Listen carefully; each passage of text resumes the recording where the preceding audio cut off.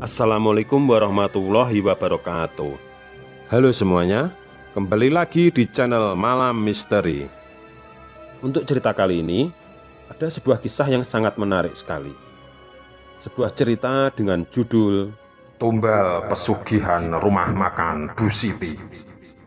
Saya ucapkan selamat mendengarkan.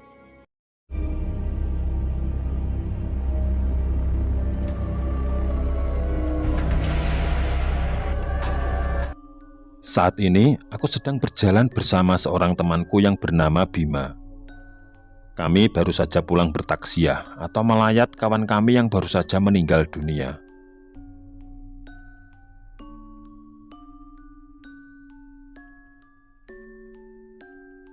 Bima ini kawanku sejak kecil. Konon katanya dia memiliki kemampuan melihat hal-hal gaib. Bima memiliki kemampuan lebih karena bakat alami yang dia miliki, dan mungkin karena faktor keturunan juga. Sejak kecil, Bima sudah menunjukkan bakatnya. Aku masih ingat, waktu SD dulu, dia pernah nangis di kelas gara-gara melihat sosok makhluk menyeramkan yang hanya dia sendiri yang bisa melihatnya. Sementara, aku dan teman-teman yang lain tidak melihat apapun. Seiring berjalannya waktu, kemampuan dia ini diketahui oleh eyang puterinya yang kebetulan ningrat Solo. Dan justru bakat ini dilatih oleh eyang puterinya itu agar menjadi lebih terarah dan bisa digunakan untuk kebaikan atau menolong orang-orang yang membutuhkan. Selama perjalanan pulang, kami membahas kematian teman kami yang bernama Rini. Yang menurut Bima katanya, kematiannya Rini ini tidak wajar. Tidak wajar bagaimana, Bim? Tanyaku kurang mengerti. Sejenak Bima seperti agak kebingungan untuk menjelaskannya kepadaku. Kemudian dia mengajakku ke tempat yang lebih nyaman supaya bisa menjelaskan dengan detail. Aku pun langsung mengajaknya ke warung rawonnya Bu Siti. Di desa kami, warung rawonnya Bu Siti ini terkenal warung yang sangat ramai karena masakannya yang terkenal sangat lezat. Apalagi saat itu perutku benar-benar sangat lapar. Aku jadi tidak peduli lagi dengan apa yang kami bahas saat itu. Yang penting rasa laparku bisa aku atasi di warungnya Bu Siti.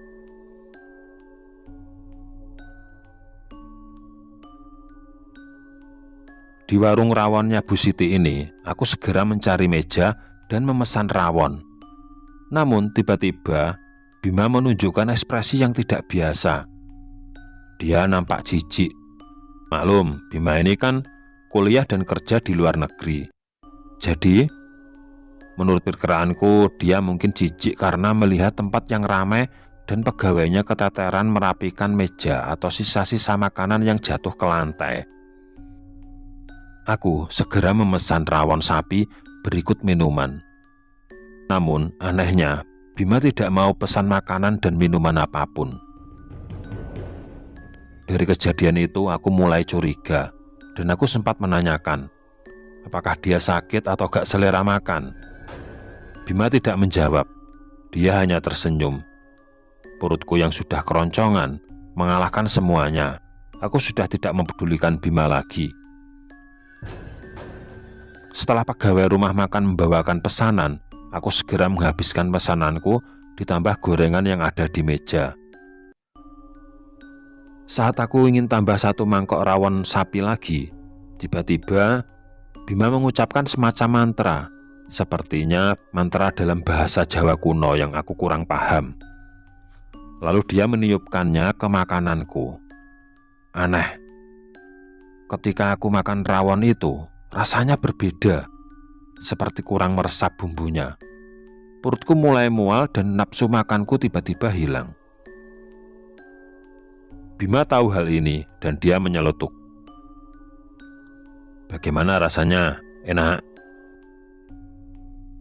Mungkin aku kekenyangan, jadi gak nafsu makan lagi, Bim, jawabku. Ya sudah, jangan diteruskan lagi, ujar Bima. Akhirnya Bima menceritakan kepadaku mengenai apa yang dia lihat. Aku sempat tercengang. Dan Bima pun mengajakku untuk membuktikannya. "Coba ya, nanti kita pesannya dibungkus saja," ujar Bima.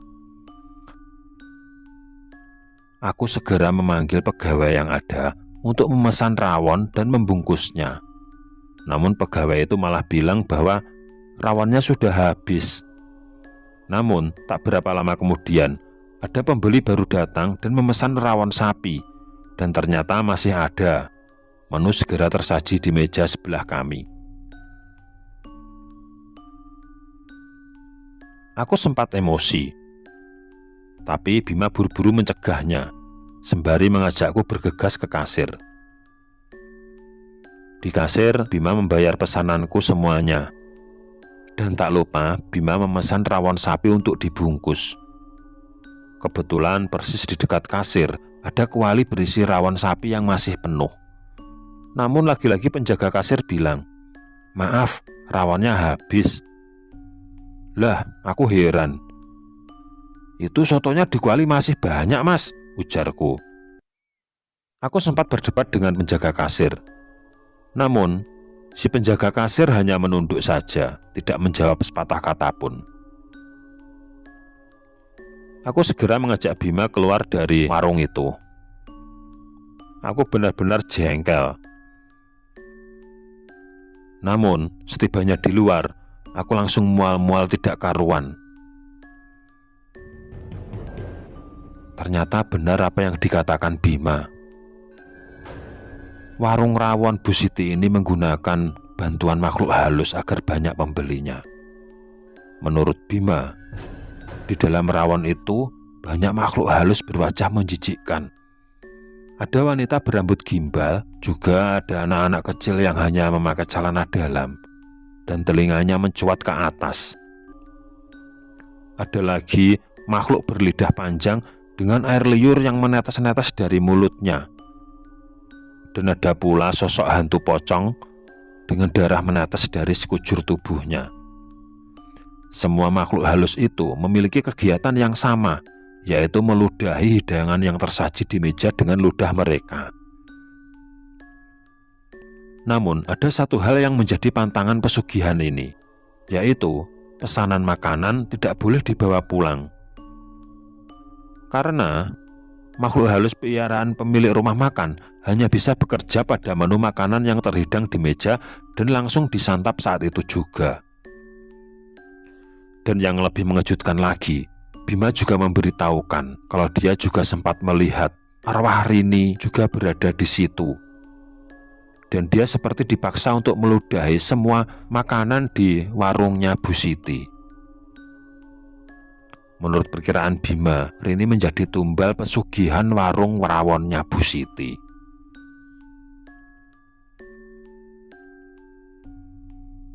Malam harinya, aku merasakan hatiku tidak tenang. Aku mendengar suara seseorang wanita merintih minta tolong.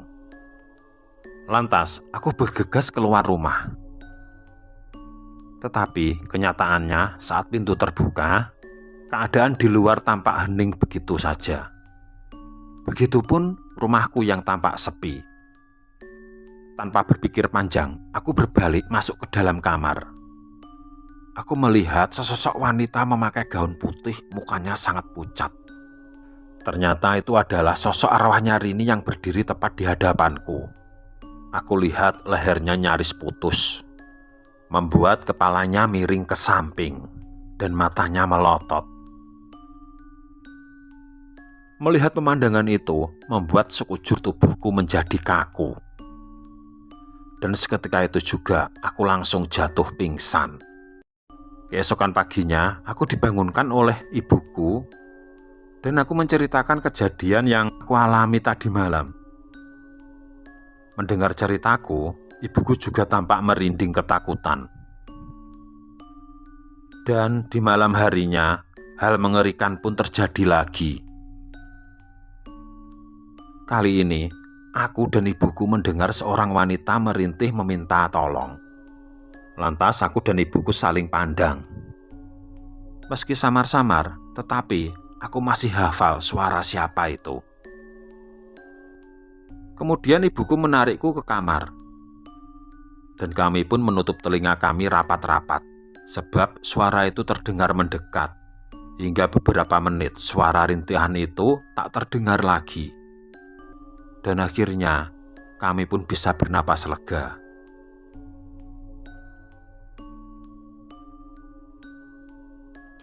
Keesokan harinya, aku langsung menelepon Bima dan aku ceritakan apa yang aku alami tadi malam. Ternyata semalam Bima juga didatangi oleh arwahnya Rini. Aku sangat terkejut sekali. Kenapa arwah Rini mendatangi kami berdua?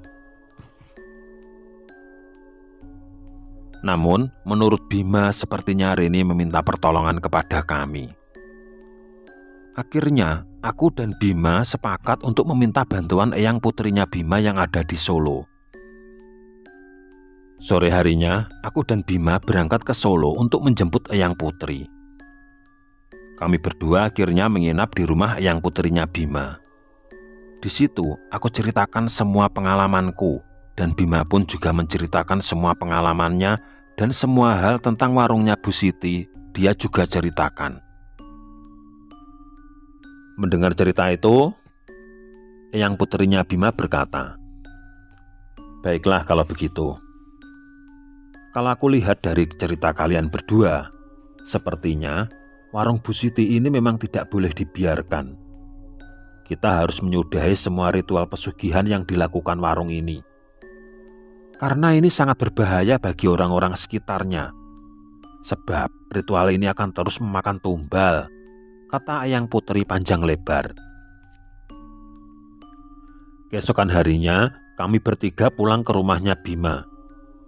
Begitu sampai di rumahnya Bima, eyang putri menyuruh kami berdua mencarikan barang-barang untuk keperluan ritual mengatasi pesugihan warungnya Bu Siti.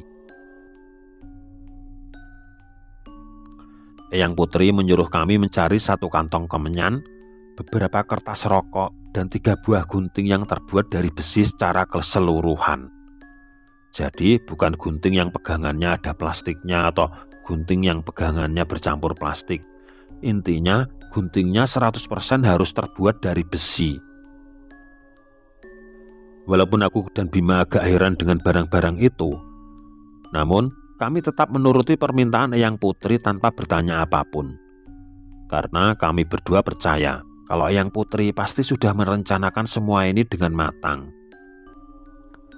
Setelah semua barang yang diminta eyang putri sudah kami dapat semuanya, kami pun pulang, dan begitu sampai di rumah, ternyata kemenyan itu langsung dibungkus dengan kertas rokok, dijadikan beberapa linting rokok.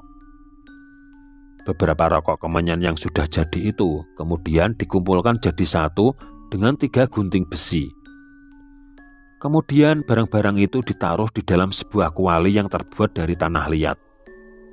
Setelah itu, eyang putri duduk bersila di depan kuali tanah liat tersebut. Aku lihat beliau merapalkan mantra dengan bahasa Jawa kuno yang aku sendiri kurang paham apa maksudnya. Setelah semua ritual selesai, eyang putri memberikan wejangan kepada kami berdua. Intinya memberitahu apa saja yang harus kami lakukan di warungnya Bu Siti nanti. Dan eyang putri juga mengusap-ngusap kedua mataku dengan beberapa jumput kemenyan. Ternyata eyang putri membuka mata batinku untuk sementara. Intinya mata batinku dibuka selama 24 jam. Jadi selama 24 jam ini aku bisa melihat alam gaib dan semua makhluk gaib di sekitarku. Setelah dirasa semua persiapan sudah matang, kami bertiga berangkat ke warung makannya Bu Siti. Sesampai di warungnya Bu Siti, aku benar-benar sangat terkejut dan ketakutan. Ternyata warung itu penuh dengan dedemit. Mulai dari kuntilanak, pocong, bahkan genderuwo, semuanya berkumpul di situ. Aku juga sempat melihat arwah Rini yang sepertinya kelihatan terpaksa melakukan tugasnya di situ. Rini dan makhluk gaib lainnya ditugasi untuk meludahi semua makanan di warung itu. Aku lihat di leher semua makhluk itu, termasuk Rini, melingkar sebuah kalung dari bunga kamboja. Sepertinya kalung itulah yang menawan makhluk-makhluk ini. Aku lihat Eyang Putri dan Bima tenang-tenang saja. Mungkin mereka sudah terbiasa dengan hal seperti ini. Berbeda denganku yang baru saja mengalami hal ini. Kemudian Eyang Putri menyuruh kami semua untuk menyulut rokok yang terbuat dari kemenyan yang sudah kami persiapkan. Begitu rokok menyala dan asap mengepul, aku lihat makhluk-makhluk gaib itu langsung berhenti seketika dan tidak ada yang bergerak. Mereka diam seperti patung, termasuk arwahnya Rini. Eyang Putri kemudian menyuruh kami untuk segera mengambil gunting, termasuk beliau sendiri juga memegang gunting dan langsung menggunting semua kalung yang terbuat dari bunga kamboja yang melingkar di leher makhluk-makhluk gaib itu. Aku dan Bima pun juga bergegas menggunting semua kalung yang melingkar di leher para makhluk halus tersebut. Dan ajaib sekali, begitu kalung bunga kamboja itu putus, semua makhluk-makhluk gaib ini langsung berubah menjadi asap dan lenyap seketika. Terlihat Bu Siti seperti kebingungan. Dia tidak tahu apa yang harus dia lakukan. Begitu para hantu itu pergi, semua masakan di warungnya Bu Siti langsung berubah menjadi basi dan penuh dengan belatung. Para pengunjung rumah makan pun langsung terperanjat dan merasa jijik. Mereka langsung pergi dan bahkan ada yang muntah-muntah. Aku lihat Bu Siti langsung berjalan menghampiri Eyang Putri. Dengan sorot mata tajam, sepertinya sangat marah. "Apa maksudmu mencampuri urusanku? Apa aku punya salah padamu?" tanya Bu Siti kepada Eyang Putri. Kemudian Eyang Putri dengan tenang menjawab, "Kamu bertanya apa kamu punya salah padaku? Sekarang kamu bercermin pada dirimu sendiri. Sudah berapa banyak kesalahan yang kamu lakukan, dan sudah berapa banyak orang yang kamu tumbalkan?" Bu Siti langsung menyaut dengan nada tinggi, "Tapi itu bukan urusanmu. Lihat saja nanti, engkau akan menyesal telah mencampuri urusanku." Mendengar ancaman Bu Siti, Eyang Putri hanya tertawa. "Apa kamu kira aku takut dengan ancamanmu?"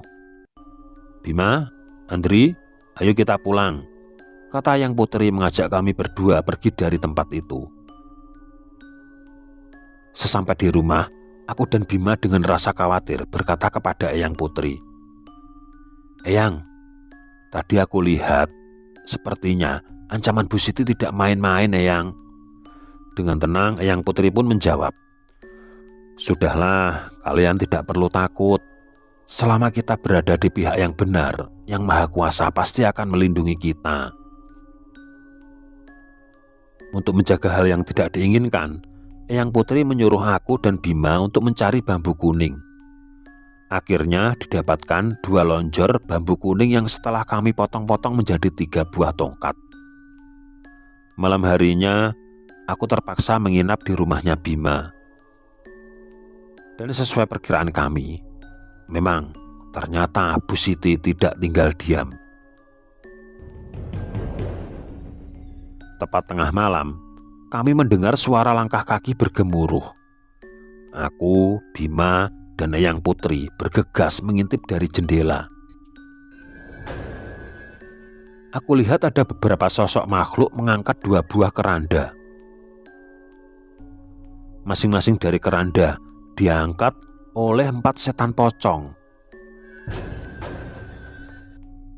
Bergegas, Eyang Putri menyuruh kami lekas menyulut rokok dari kemenyan dan mengambil bambu kuning masing-masing. Kami bertiga pun keluar membawa bambu kuning sambil menghisap rokok yang terbuat dari kemenyan. Begitu para pocong itu melihat kami keluar dengan rokok kemenyan dan bambu kuning, serentak mereka berlarian pontang-panting dan kerandanya pun ditinggalkan. Kami pun menghampiri kedua keranda yang ditinggalkan oleh para setan pocong itu. Begitu aku membuka keranda itu, aku sangat terkejut sekali. Ternyata di dalam keranda itu ada jenazah yang sudah dibungkus kain kafan. Dan wajah jenazah itu mirip wajahku, bahkan sama persis. Begitu juga yang dialami Bima. Bima membuka keranda yang ternyata di dalamnya ada jenazah yang wajahnya sama persis dengannya. Serentak aku dan Bima langsung menghampiri Eyang Putri dan berkata dengan penuh ketakutan, "Bagaimana ini, Yang? Apa maksudnya ini? Kenapa jenazah itu wajahnya mirip kami?" "Tenang, Le, tenang," kata Eyang Putri berusaha menenangkan kami berdua. "Rupanya Bu Siti ingin menjadikan kalian berdua tumbal. Tapi untung saja para setan pocong itu sudah pergi," kata Eyang Putri menjelaskan. "Lantas kita harus bagaimana, Yang?" tanya Bima masih dengan penuh rasa ketakutan. "Sebaiknya kedua jenazah itu kalian keluarkan dan kalian baringkan di sini." Walaupun aku dan Bima belum mengerti apa yang dimaksudkan Eyang Putri, tapi kami tidak mau membantahnya. Dengan perasaan takut, kami berdua bergegas mengeluarkan kedua jenazah itu dari keranda. Setelah kedua jenazah itu dibaringkan di tanah, Eyang Putri kemudian langsung menghampiri jenazah itu sambil duduk bersila dan membaca mantra. Sebuah mantra panjang dengan bahasa Jawa kuno dilantunkan sangat lama. Selesai merapalkan mantra, Eyang Putri berdiri dan memukul wajah kedua jenazah itu dengan bambu kuning. Berikutnya, Eyang Putri menyuruh aku dan Bima untuk melakukan hal yang sama. Aku pun memukul kedua jenazah itu dengan bambu kuning tepat di wajah mereka. Begitu juga Bima. Bima juga melakukan hal yang sama. Sungguh aneh sekali.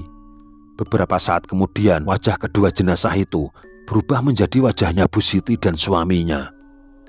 Sekarang aku mulai mengerti apa maksud dari Eyang Putri.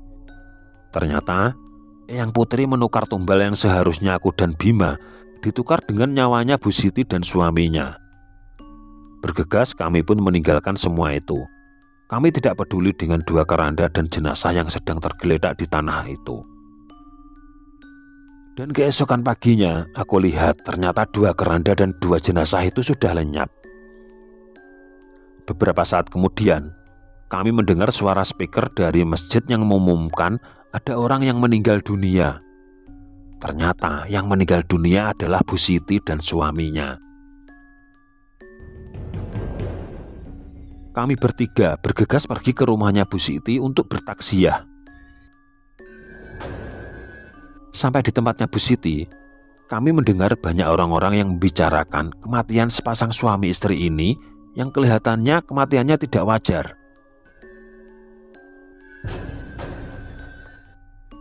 Menurut anak-anak Bu Siti, katanya tadi malam Bu Siti dan suaminya berteriak-teriak kesakitan, merasakan wajahnya seperti dipukul dengan benda keras.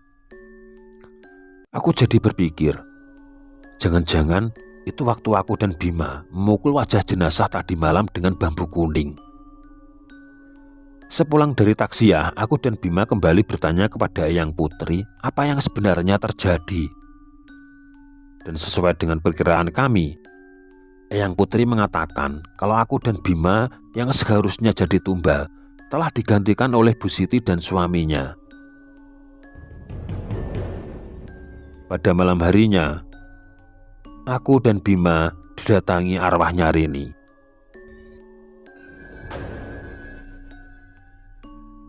Namun kali ini Rini penampilannya sangat berbeda dengan penampilan dia sebelumnya. Kalau beberapa waktu yang lalu Rini menampakkan diri dengan kondisi yang mengerikan seperti lehernya yang hampir putus, namun malam ini dia hadir dengan wajah yang segar dan putih bersih. Dengan tersenyum, dia mengucapkan terima kasih kepada kami.